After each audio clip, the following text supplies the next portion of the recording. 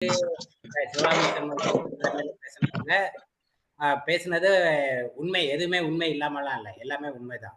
ஆனா அதே மாரி இப்ப தமிழ் வளர்ச்சி அடைந்திருக்குன்னு சொல்லி அதற்காக அவங்க பேசின அந்த 4 பேரும் பேசினதுலயும் உண்மை அனைத்தும் உண்மை. அனைத்தும் 100% உண்மை. அந்த மாதிரியான ஒரு கட்டத்துல 2 பேரும் பேசுறது வந்து இவங்க வளர்ச்சிக்கான எங்கெங்க வாய்ப்புகள் இருக்கு, எங்க வளர்ந்துகிட்டு இருக்கு அப்படிங்கிறத மட்டும் எடுத்து கூறுனாங்க.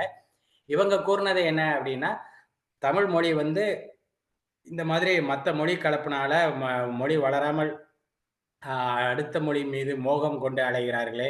அப்படிங்கிற மாரி அதற்கான உதாரணங்கள கூறி இவங்க விளக்குனாங்க. அதிலயே உண்மை இருக்கு.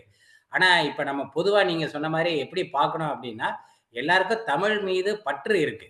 அதுல ஒண்ணும் சந்தேகமே இல்ல. தாய்மொழி மேல முன்னாடி இருந்தத விட, இப்ப வந்து தமிழ் மொழி மீது பற்று இருக்குங்கிறதுல எந்த மாற்று கருத்தும் இல்ல. அத தான் நீங்க ஐயா இப்ப கடைசியா சொன்னீங்க.